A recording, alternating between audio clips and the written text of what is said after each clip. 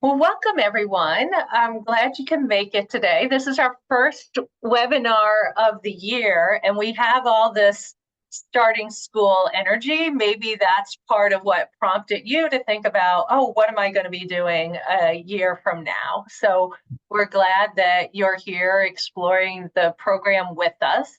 I'm Kelly Grady. I'm the Associate Director for the Interdisciplinary Programs, and the Masters of Science in Addiction Policy and Practice is one of our programs. We're going to start with introductions, and then we have slides to take us through the rest of the presentation.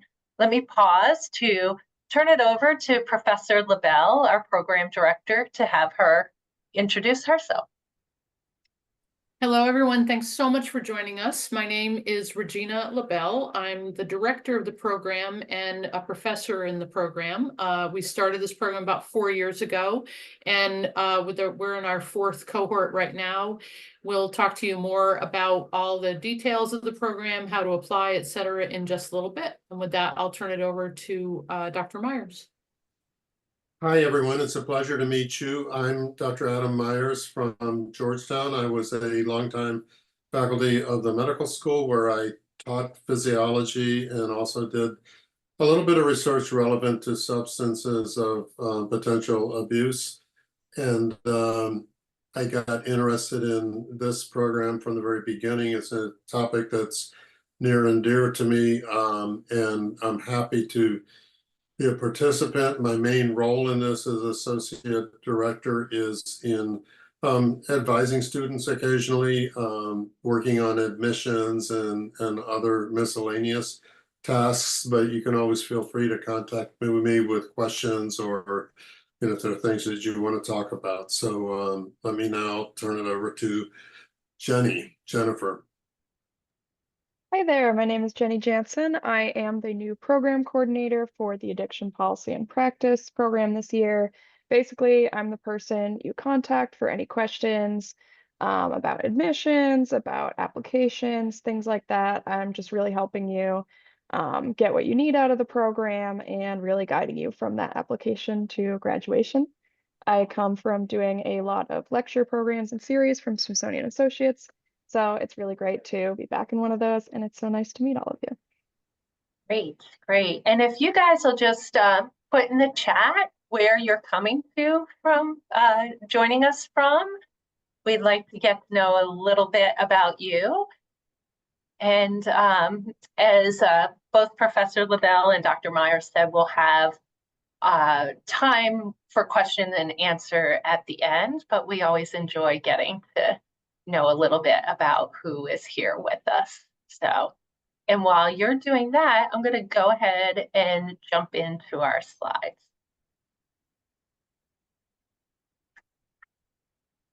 So welcome.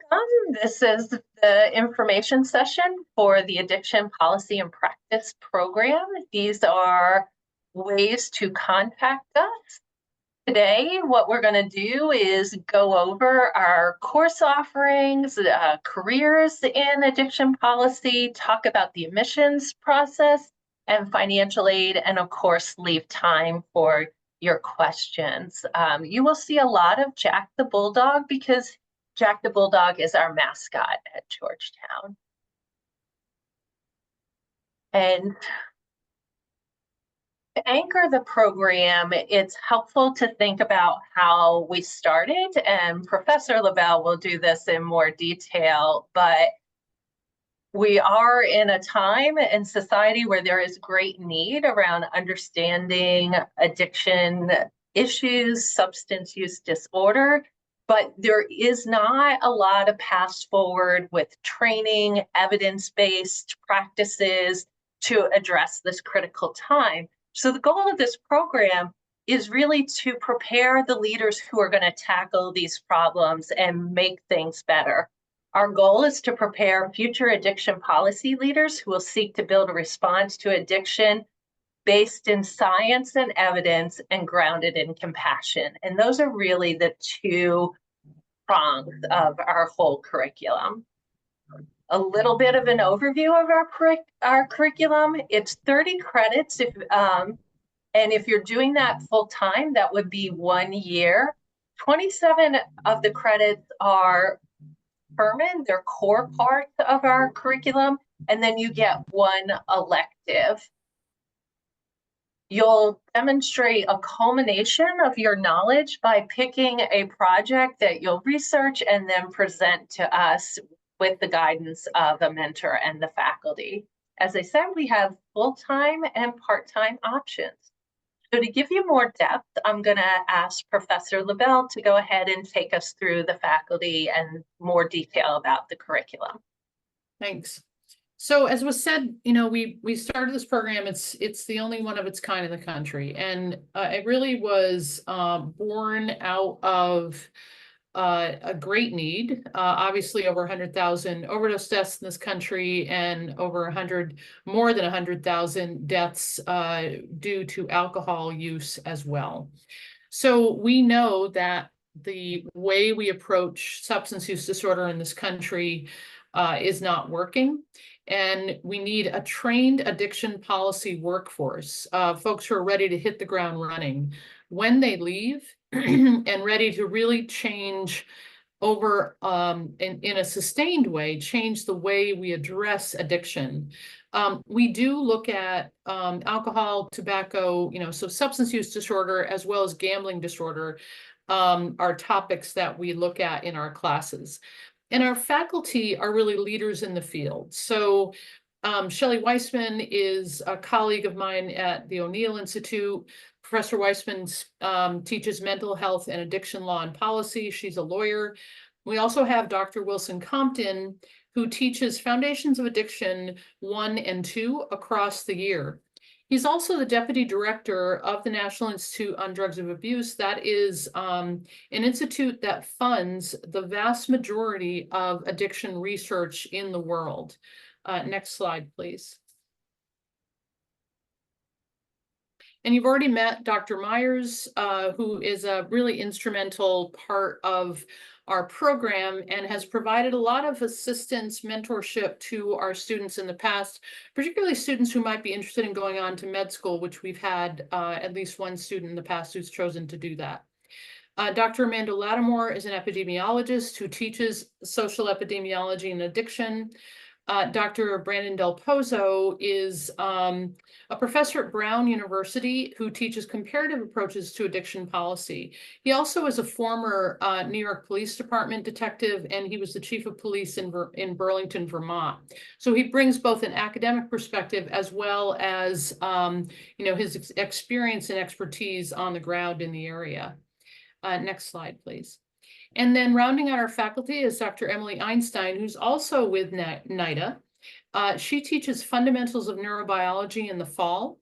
Dr. Chris Jones is the director of the Center for Substance Abuse Prevention at HHS's SAMHSA. He teaches 2 classes, both in the summer, on data and statistics of drug policy. And then finally, Professor Talid El-Sabawy. Professor El-Sabawy teaches the summer U.S. addiction policy, which is a survey course that gives the students a real grounding in how we have come to address addiction in this country, what the policies have been that have been created over time, and where we are today. So I'm just so pleased that we're able to bring together these scholars and leaders in the field, you know, many of which are really prolific authors. They, you know, every month there's another piece that one of our professors has written that really helps to inform all of the classroom discussions. And they're also mentors that students can look to in the future. Next slide, please.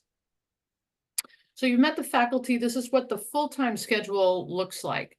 It's a year to a year. So we start in July. Because it starts in July, the program is virtual. You take these 3 classes: healthcare finance, U.S. addiction policy, and then data analysis and statistics, to give you a grounding. And then in the fall, which is where our new program, our new students, the new cohort just started, that's when I start teaching the integrative seminar.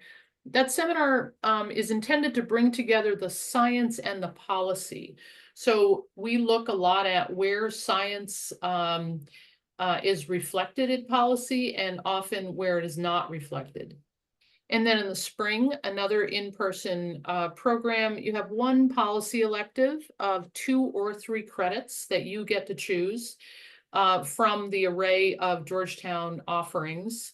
And in the summer is the end of the program where there's a mentored capstone, data analysis statistics 2, and then comparative approaches to addiction policy taught by Dr. Del Pozo, where you get a sense of how other countries around the world address addiction policy. Next slide, please. We also have a part-time offering. And this year we had 2 students who graduated with from the part-time program in the past. We have an additional 2 or 3 students who've just started the part-time program. So this is a 2-year program so that a lot of students, to finance their education have to work full-time. And this is what the lineup is. So we try to do it so that, again, you start with the fundamentals and the integrative seminar you have throughout the year. And then we sprinkle in the rest of the classes. So it's over the 2-year period, but again, ending with that mentored capstone, which is really the culmination of, it's a topic of your choosing, a policy topic of your choosing, where you really bring in everything that you've learned over a year, or in this case, 2 years. Next slide, please.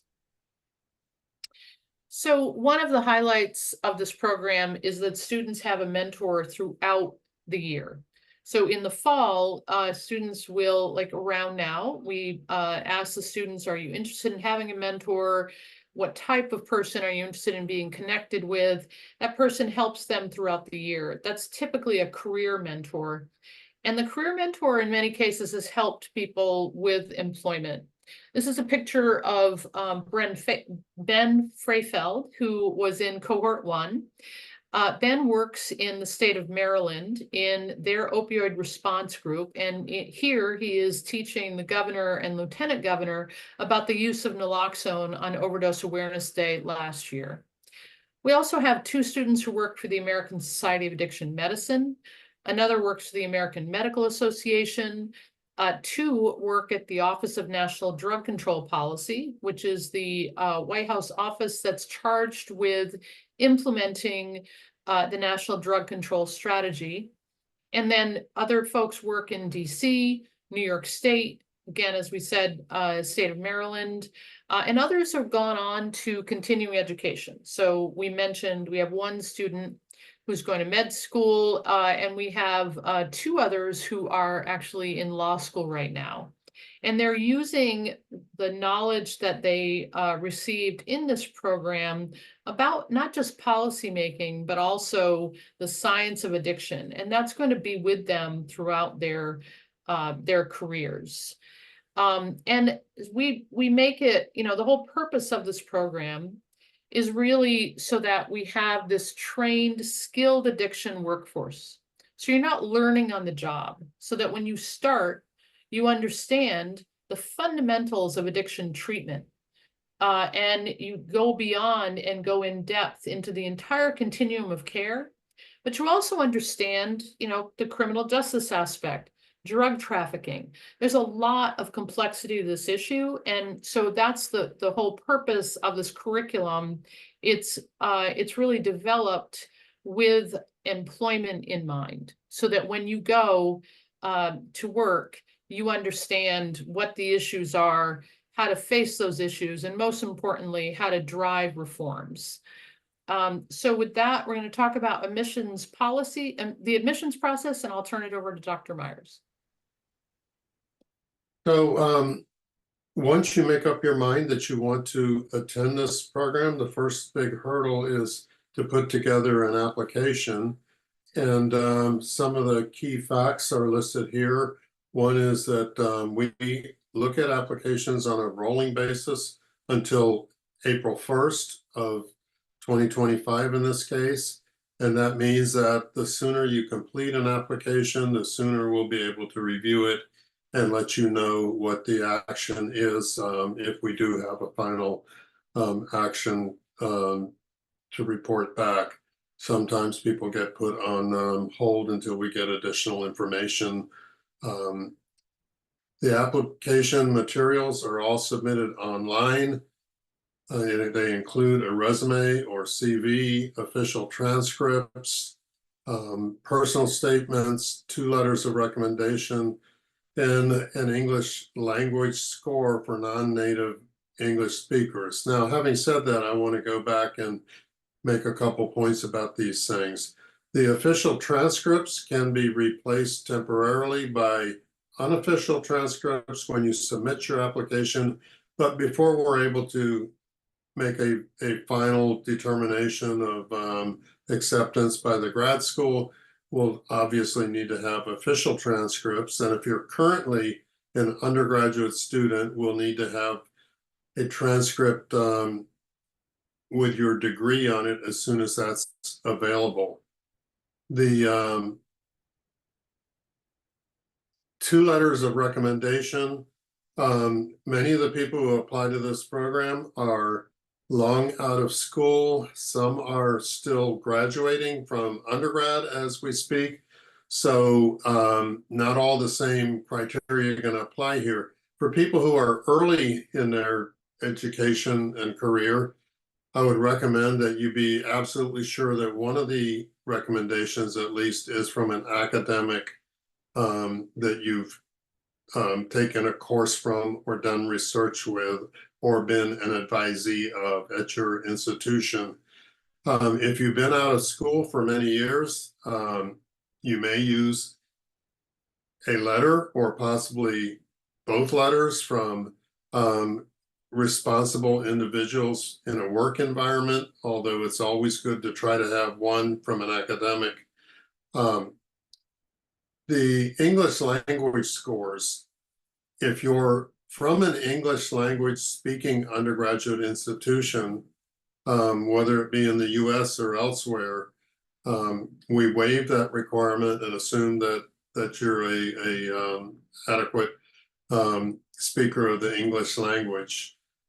If you graduate from a school that is not an English language school and you're from a nation where English language is not the language of instructions, you would have to take the TOEFL or IELTS or IELTS exam to demonstrate proficiency. The score requirements on this vary depending on which versions of these tests you take. So I'd recommend that you talk to us about that once you get your score.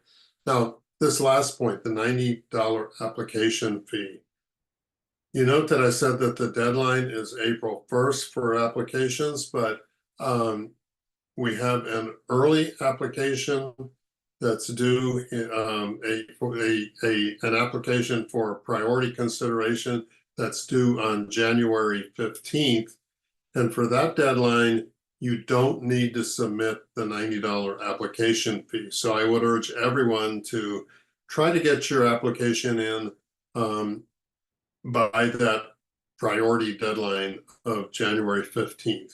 Now, when I say get your application in, that means fill out your online application and all the pieces that are required with it and hit send and pay.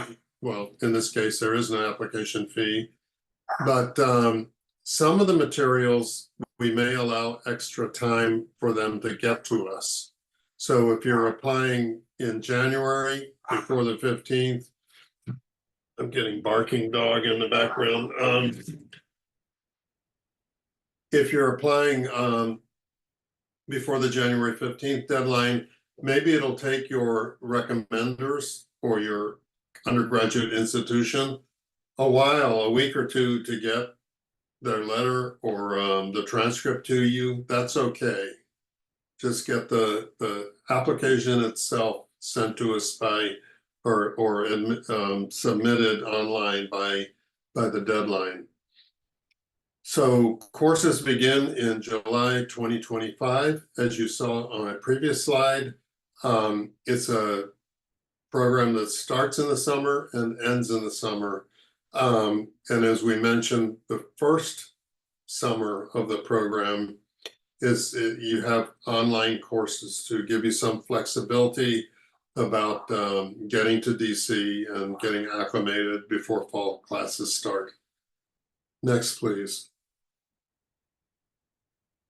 So the academic statement of purpose is obviously an important part of that initial application, and it should be approximately 500 words long, and it should address your interests, academic and professional objectives, what specifically you're looking to study as a graduate student. In this case, it's going to be drug policy, but within that, if you're particularly interested in some area of it, you can mention that as well.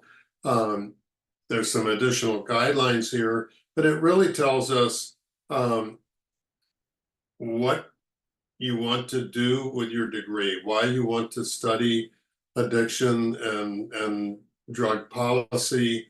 You can talk about what your level of preparation for the degree is, how your interests align with the program or the faculty of the program's interests. It's an extremely important thing for us to see, and it tells us, how well your goals are aligned with the goals of the program. Next, please. So the graduate school has an optional statement along with that first statement we just finished talking about, and it's an opportunity that we urge you strongly to avail yourself of, to write a statement that deals with your personal background, how your experiences, how the diversity in your background and education, etc., contribute to your desire to study in this field, or your suitability for studying in this field, and what kind of things you've done to contribute to your field, the community, shown that you're going to be an active contributor to your education and to the field in the long run. So we place an emphasis on having a strong and diverse student group so that you'll be comfortable working in a diverse community that's involved in this field of drug policy. We encourage first generation students to apply. That's part of diversity. People from all kinds of backgrounds, having perhaps lived outside the US, partaken in various community service and leadership activities. All these things are going to contribute to how well you fit into our community and the goals of the program. Next, please. So with that, we'll take questions when the presentation is over, but I'm going to turn it back to Kelly to talk about funding of your degree.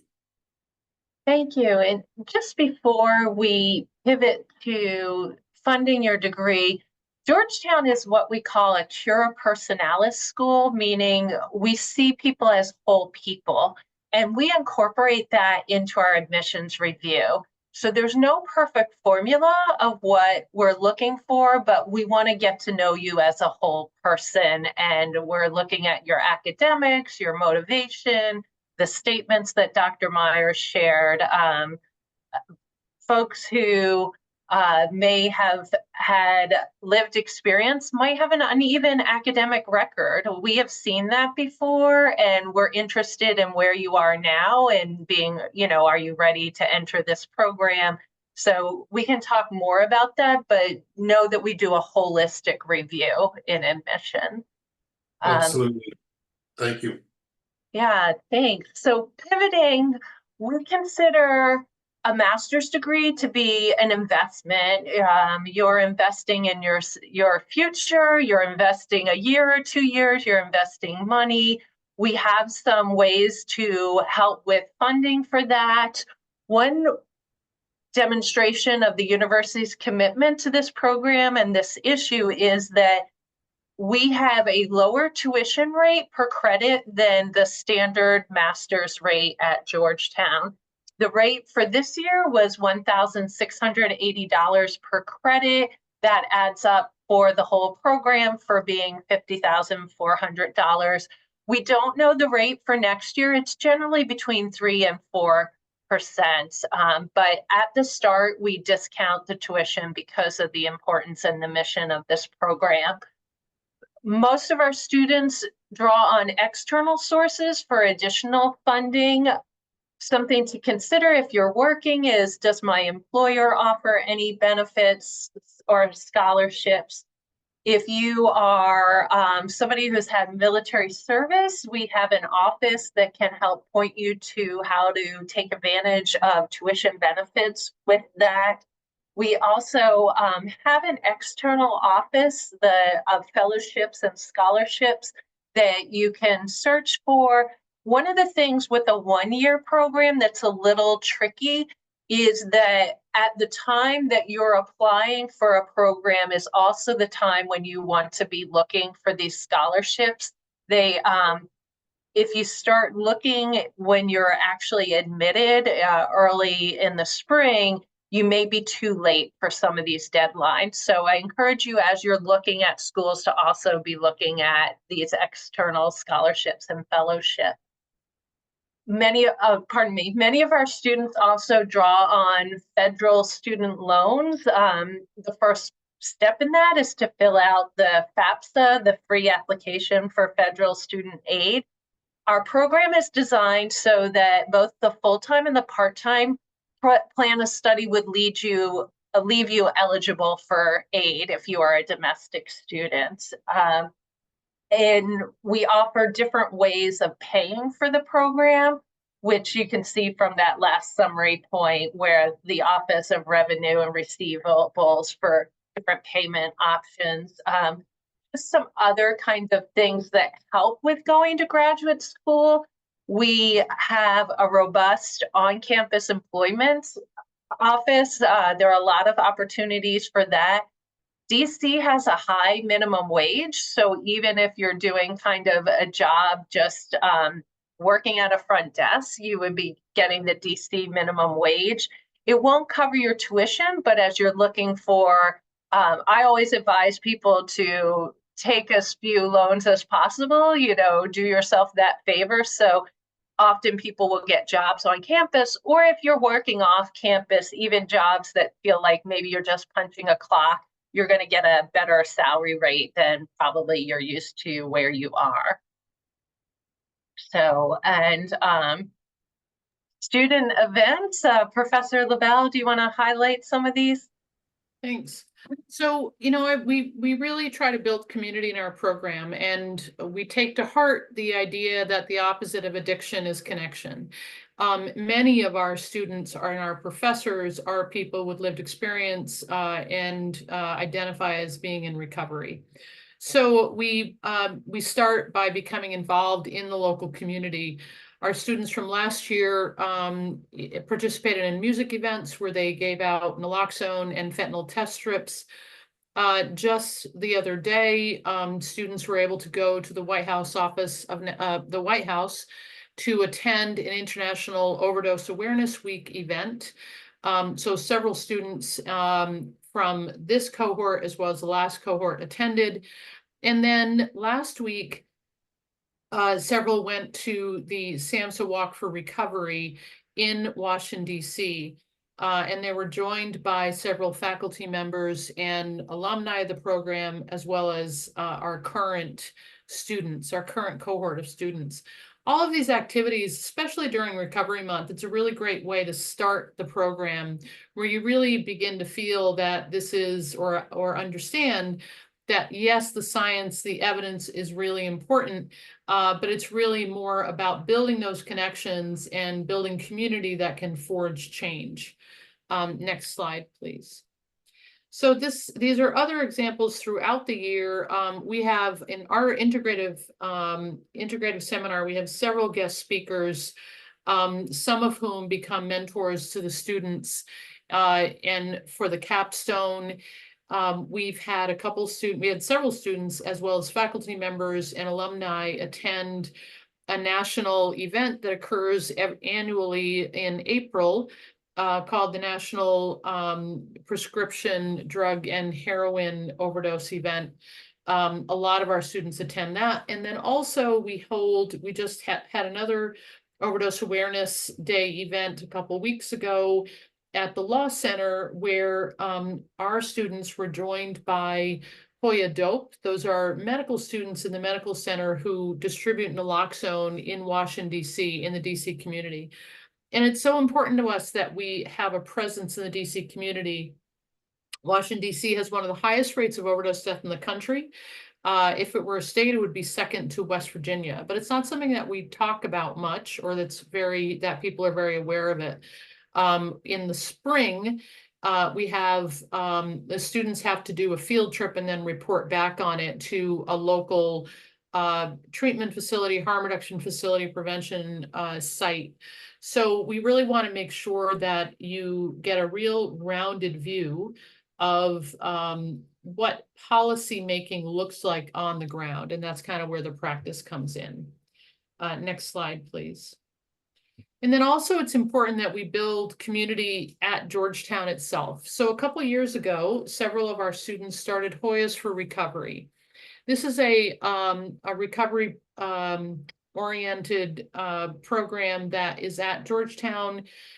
Students, it's open to anyone at Georgetown who is interested or is in recovery. They meet on Thursdays, and this is, I think they actually have a location now where they can meet and build community. We also have, there's a bar in DC that it's a sober bar, and they have lots of great community building activities. They came to Georgetown Day, which is a regular event at Georgetown, which is marked a lot by a lot of drinking. And so we had an alternative. The students did this. They did Georgetown Day, partnered with Binge Bar to have alternatives to drinking available for students at Georgetown.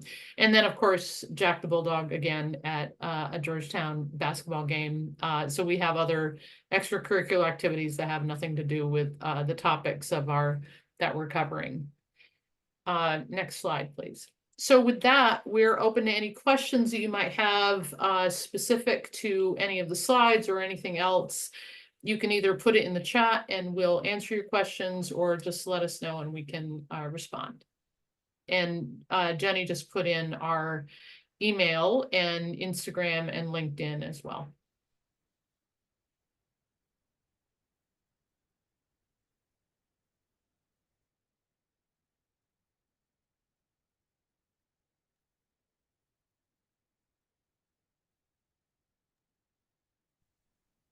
Professor Lavelle, sometimes it comes up that folks may have had involvement with the criminal justice system, and they're concerned what impact that might have on an application. Would you be able to speak to that? Sure. So we've had students in the past who have had convictions and have served time in either jail or prison. And, we encourage students to apply if they're interested in the program.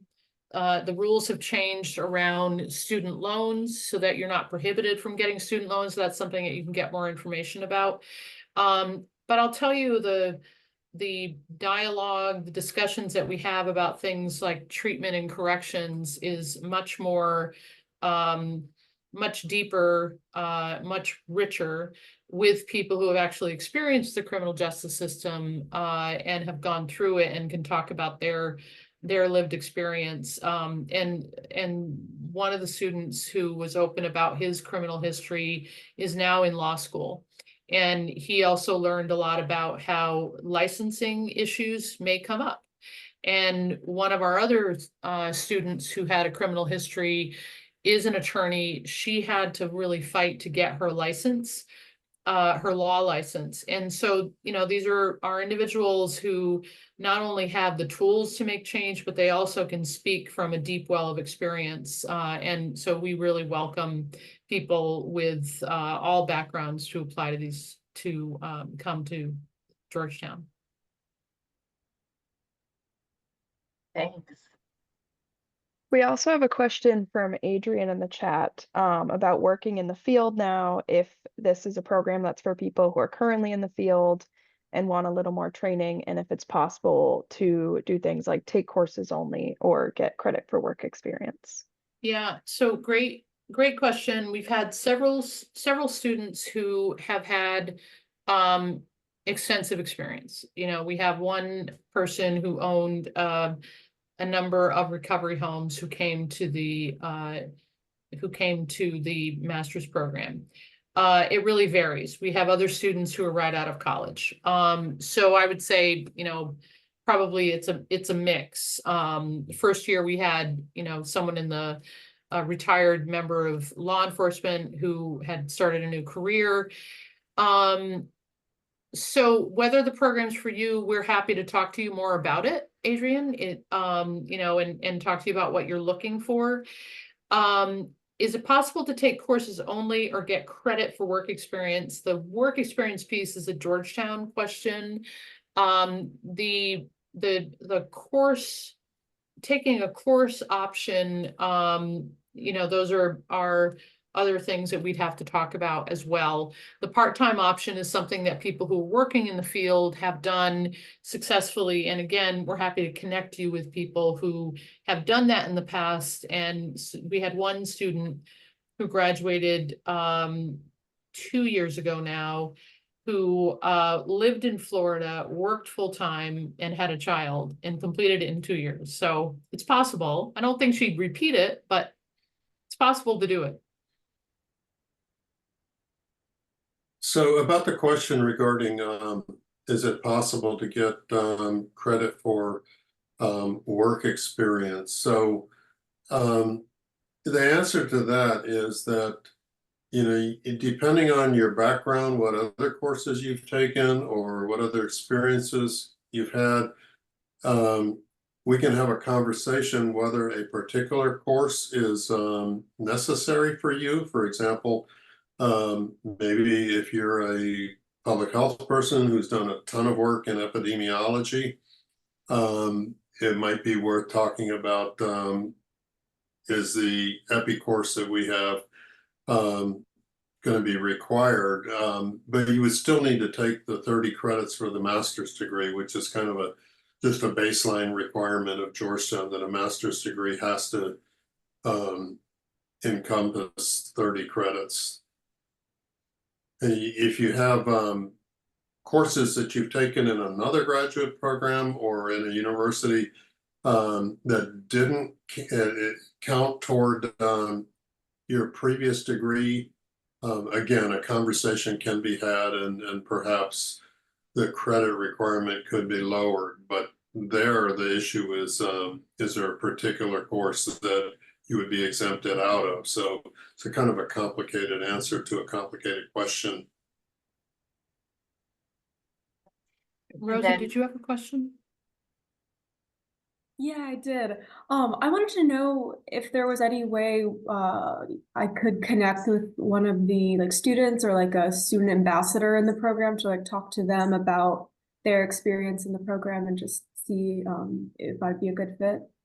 Sure. Just if you email addictionpolicy@georgetown.edu, we can connect you with someone, either someone who's currently in the program, the students who's just started, really just started. So it's probably best to talk to someone who has graduated and they're happy. I'm sure would be happy to talk to you. Okay, thank you. Thanks. And if you have a specific area you're interested in, you know, that would help us kind of identify the right person. One of the other questions was if the program aligns with a doctorate degree. We do not have a PhD in addiction policy program. But, you know, it would certainly, if you wanted to go on to get a PhD in public health or a PhD in public policy, or, you know, any number of items, it would make sense. Dr. Myers, did you want to talk more about that?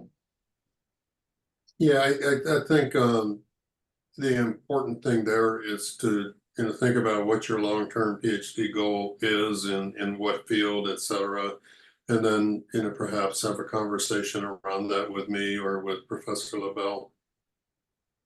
You know, Adrian has a MSW. We've had a couple students who have had MSWs. And you know, it's up to you about whether or not, obviously, you want to undertake another master's degree. The reason why some of the students did is because they didn't necessarily learn policy. And that's what this does. You know, we don't just identify the problems and how to handle them in a programmatic way. We identify what the solutions are and how to achieve and accomplish those solutions. So it's a little bit different in terms of trying to make change, systemic change, rather than one-on-one.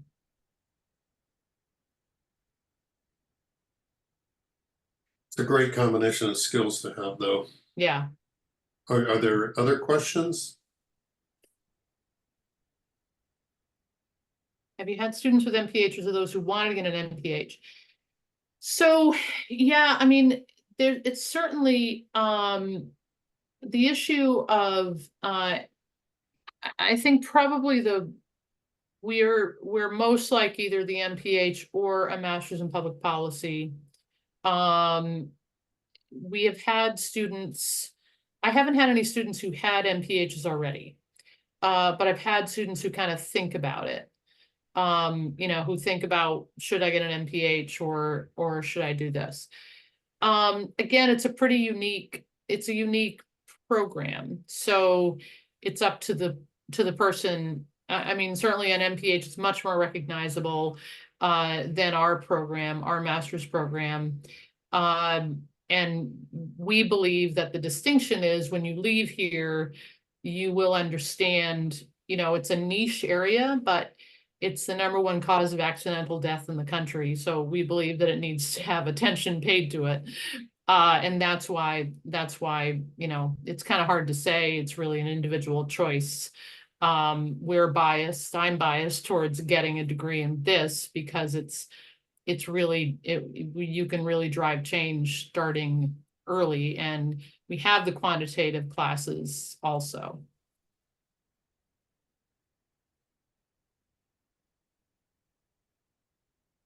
Are you able to assist, Gianna? Are you able to assist students with employment opportunities outside of DC? Yeah, great question.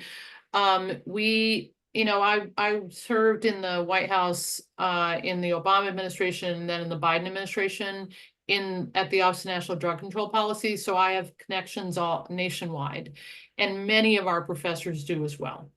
And our you know, with remote access through Zoom, we have speakers who come from all across the United States. From this last program, from the last couple cohorts, we've had students who moved to New York, Portland, Oregon, Chicago.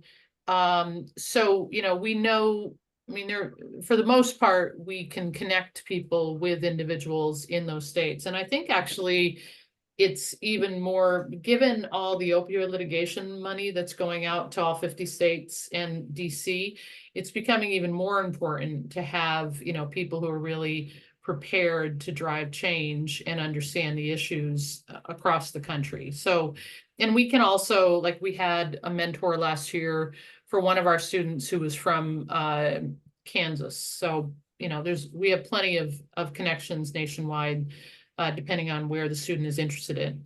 And most of the students, I mean, most of them end up staying in the DC area, but the students come from all over the country.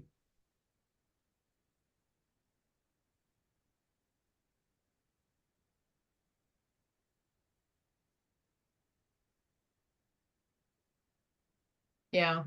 So we have had speakers in the past from Philadelphia, and have contacts there as well. And that's not, yeah. So I'd add that all the grad programs I've been involved with in my career, this one is really a program that is well situated as far as the need for professionals in an area, as opposed to the supply of those individuals. So it has an excellent history of placing people into positions that aren't just able to check a box on how well is the program doing employing people, but actually putting people into the mainstream of drug policy, either at the national, local, or association kind of level.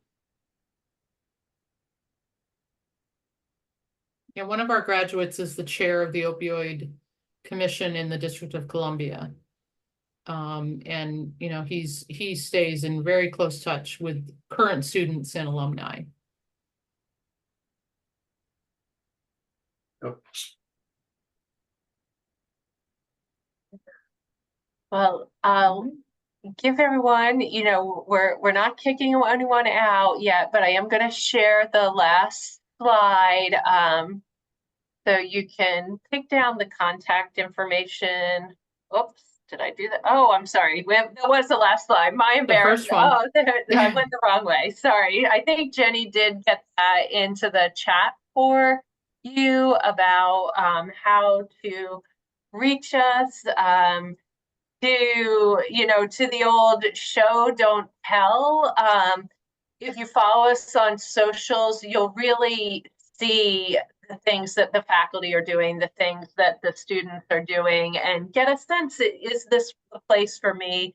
I imagine every place you're applying feels they have great faculty, and they do. But you'll really see that these are folks who are at the forefront, who are making policy happen, as well as publishing to share that for other folks. And you can see what it means to be part of our program in the community from day to day. So please follow us there and reach out to us with any questions. We really are interested in you finding the right place. We have a great thing to offer, but it's only great if it works for you. So, you know, don't be shy about asking us. We want you to find the right place for you. All right. Thank you so much, everyone. Stay in touch.